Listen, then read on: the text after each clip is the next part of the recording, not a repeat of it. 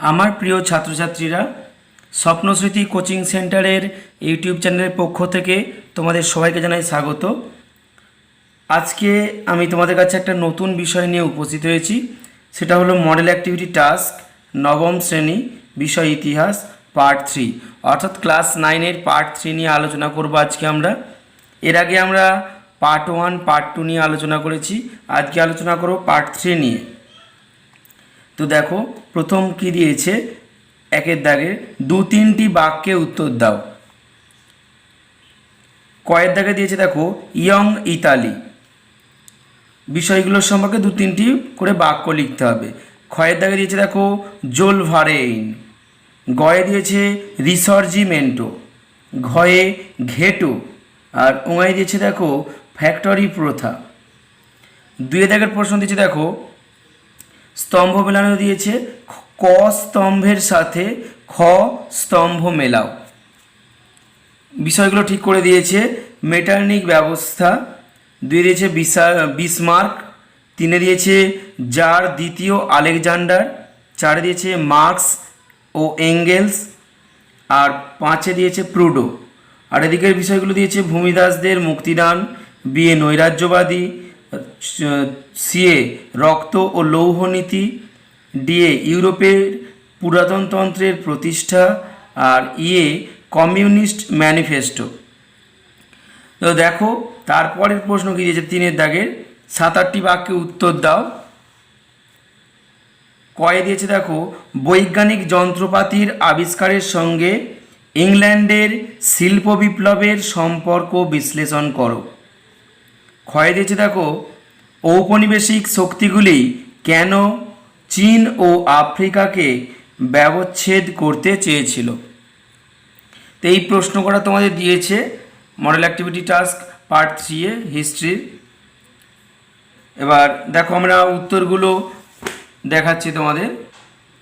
প্রথম দিয়েছিল দেখো কয়ের দাগে, একের দাগের কয়ে ইয়ং ইতালি সম্পর্কে 2-3টি বাক্য লিখতে বলেছিল।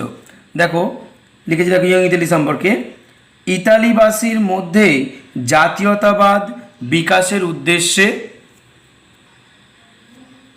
ম্যাথসেনি 1832 খ্রিস্টাব্দে ফ্রান্সের মার্সাই শহরে যে যুব দল প্রতিষ্ঠা করেন তা ইয়ং ইতালি বা নব্য ইতালি নামে পরিচিত। এই দল শিক্ষা, আত্মত্যাগ ও চরিত্র নিষ্ঠার দ্বারা দেশবাসীর মধ্যে জাতীয়তাবোধের প্রসার ঘটানোর উদ্যোগ নেয়। এই দল শীঘ্রই অত্যন্ত জনপ্রিয় হয়ে ওঠে। 1833 খ্রিস্টাব্দের মধ্যে এই দলের সদস্য সংখ্যা 30,000-এ পৌঁছায়। ম্যাথসেনি ইয়ং ইতালি নামে একটি পত্রিকাও প্রকাশ করেন। পরে দেখো জোলেভারাইন বা জোলভারাইন সম্পর্কে লিখতে বলেছে। লিখেছি দেখো বিভিন্ন জার্মান রাজ্যে শুল্ক সংক্রান্ত বিভেদগুলি দূর করার উদ্দেশ্যে জার্মান অর্থনীতিবিদ ম্যাজেন এর উদ্যোগে এবং প্রাশিয়ার নেতৃত্বে 1819 খ্রিস্টাব্দে জোলভারেইন নামক শুল্ক সংঘ প্রতিষ্ঠিত হয়। 1850 খ্রিস্টাব্দের মধ্যে অস্ট্রিয়া ছাড়া অবশিষ্ট সব জার্মান রাজ্য এই শুল্ক সংঘে যোগ দেয়। বছরে একবার এই শুল্ক সংঘে বৈঠক হতো। এর সদস্য রাজ্যগুলি বিনা শুল্কে বা কম শুল্কে নিজেদের মধ্যে বাণিজ্যিক লেনদেন করে খুবই লাভবান হয়। পরেরটা দেখো রিসর্জিমেন্টো সম্পর্কে লিখতে বলেছিল। রিসর্জিমেন্টো লেখা দেখো, রিসর্জিমেন্টো কথাটির অর্থ হলো পুনর্জন্ম বা পুনর্জাগরণ। 19 শতকের প্রথম ভাগে ইতালি তে যে জাতীয় ঐক্য আন্দোলনের সূচনা হয় তাকে সার্বিকভাবে রিসার্জিমেন্টও বলা হয়। এর লক্ষ্য ছিল একে বিদেশি শাসনের উচ্ছেদ করে ইতালির ঐক্যবদ্ধ করা ও দুয়ে দেখো লিখেছি ইতালির হৃত মর্যাদা পুনরুদ্ধার করা। পরেরটা কি দিয়েছিল দেখো,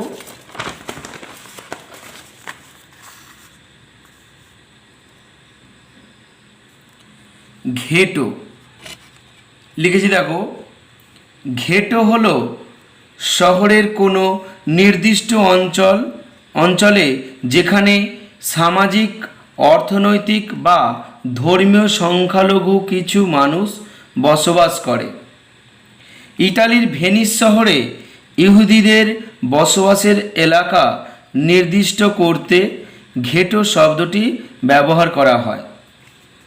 পরে বহিরাগত মানুষদের বসবাসের নির্দিষ্ট অঞ্চলকে ঘেটো নামে চিহ্নিত করা হয়। পরেরটা দিয়েছিল দেখো, ফ্যাক্টরি প্রথা। দেখো, শিল্প বিপ্লবের ফলে ইউরোপের বিভিন্ন দেশে বৃহৎ শিল্প কারখানা গড়ে ওঠে। এসব কলকারখানায় যান্ত্রিক প্রযুক্তি ব্যবহার করে শিল্পোৎপাদনের গুণগত ও পরিমাণগত ব্যাপক উন্নতি ঘটানো সম্ভব হয়। বৃহৎ কারখানা ভিত্তিক এই ব্যবস্থা ফ্যাক্টরি প্রথা নামে পরিচিত। তাহলে যে পাঁচটা প্রথমে 2-3 লাইন করে লিখতে দেওয়া হয়েছিল সেটা মানে উত্তর করে দেওয়া হলো। পরে দেখো কয়ের সঙ্গে ক্ষয়ের স্তম্ভ মেলাতে বলেছিল, কয়ের পুরো উত্তরগুলো করে দিয়েছে একেবারে।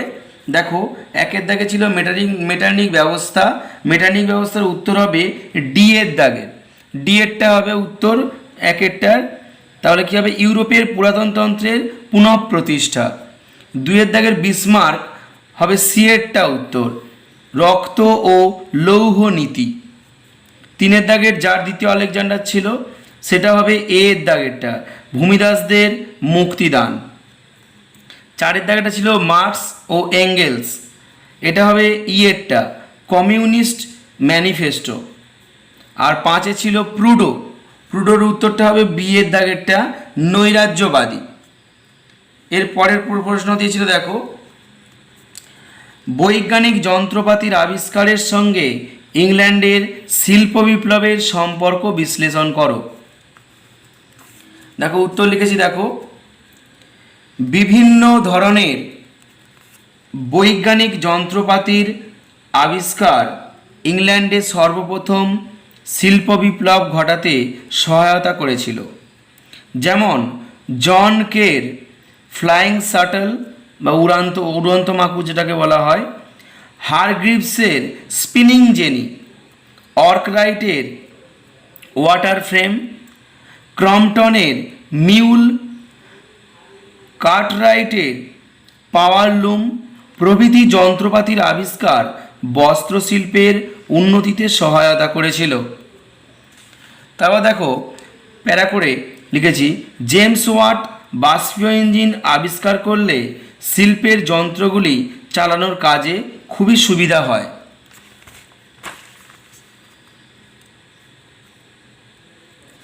আব্রাহাম ডার্বি আবিষ্কৃত লোহা গলাবার পদ্ধতি, জন স্মিটন আবিষ্কৃত ব্লাস্ট ফার্নেস, লোহা গলাবার চুল্লি যেটাকে বলা হয়, লোহা গলানোর চুল্লি ওই জন্য লিখে দিয়েছি।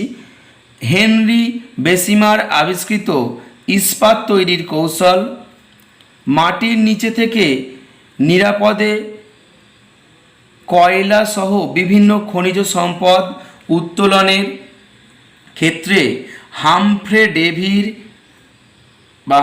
ডেভি আবিষ্কৃত সেফটি ল্যাম্প মানে নিরাপত্তাবাতি যাকে বলা হয় খুবই সহায়তা করে। পরিবহন ব্যবস্থায় জর্জ স্টিফেনসন আবিষ্কৃত বাষ্পচালিত রেল ইঞ্জিন, ফুলটন আবিষ্কৃত বাষ্পীয় স্টিমার খুবই সাহায্য করে। টেলিগ্রাফ ও টেলিফোন প্রভৃতিও ইংল্যান্ডের শিল্পায়নে খুবই সহায়তা করে। তাহলে এত কিছু যন্ত্রপাতি আবিষ্কারের সঙ্গে শিল্পের খুবই যোগাযোগ দেখা যাচ্ছে, অর্থাৎ এই সমস্ত যন্ত্রপাতি আবিষ্কারের ফলে শিল্পে এগিয়ে যাবে, স্বাভাবিক এটাই।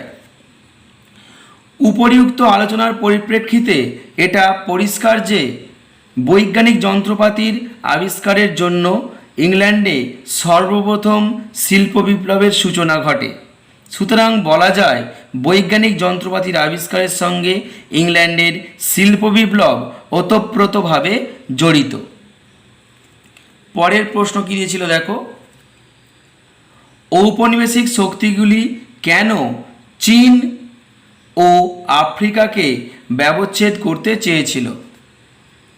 উত্তর লিখেছি দেখো, প্রথম হেডিং করে নিয়েছি চীনের ব্যবচ্ছেদ।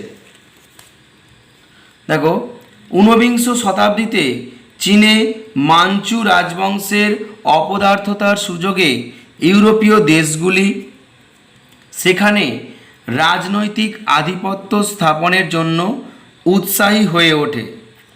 জনৈক ঐতিহাসিক হ্যারল্ড ভিন্যাক এর ভাষায়, তরমুজকে যেমন লোকে খণ্ড খণ্ড করে খায়, সেইভাবে ইউরোপের ঔপনিবেশিক শক্তিগুলি চীনা তরমুজকে খণ্ড খণ্ড করে আহার করতে উদ্যত হয়।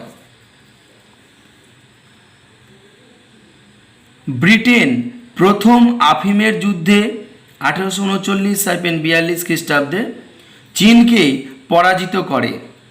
1842 খ্রিস্টাব্দে নানকিংয়ের চুক্তি স্বাক্ষরে বাধ্য করে। এই চুক্তি দ্বারা চীনের 5টি বন্দর যথা ক্যান্টন, সাংহাই, অ্যাময়, ফুচাও এবং নিংপো ইউরোপীয় বণিকদের বাণিজ্য ও বসবাসের জন্য খুলে দেওয়া হয়। এই বন্দরগুলি চুক্তি বন্দর নামে পরিচিত হয়। চুক্তি বন্দরগুলিতে ইউরোপীয়রা নিজ নিজ কনসাল নিয়োগের অধিকার পায়। এরপর ইউরোপীয় ঔপনিবেশিক শক্তিগুলি সুযোগের সদ্ব্যবহার করে চীনে উপনিবেশ স্থাপনে উদ্যোগী হয়ে ওঠে।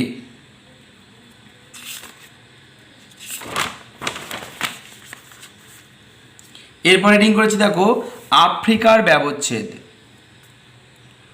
19 শতকের মধ্যভাগ পর্যন্ত ইউরোপের কাছে আফ্রিকা ছিল অন্ধকারময় মহাদেশ। আফ্রিকা সম্বন্ধে জানার পরেই ইউরোপীয় দেশগুলির মধ্যে আফ্রিকা সম্পর্কে উৎসাহ বৃদ্ধি পায়। অল্প সময়ের মধ্যেই ইউরোপ আফ্রিকার দেশগুলিতে নিজ অধিকার কায়েম করতে শুরু করে। এর কারণ হলো, একে লিখেছি দেখো, ভৌগোলিক অবস্থানের দিক থেকে বা দিয়ে অন্যান্য মহাদেশের তুলনায় আফ্রিকা ইউরোপের সবথেকে নিকটবর্তী মহাদেশ, এটা একটা কারণ। তারপর দেখো, 2 লিখেছি দেখো, আফ্রিকা মহাদেশের বিপুল প্রাকৃতিক সম্পদ যেমন কৃষিজ কাঁচামাল ও খনিজ সম্পদ ইউরোপের শিল্প কারখানাগুলির জন্য খুবই প্রয়োজন ছিল।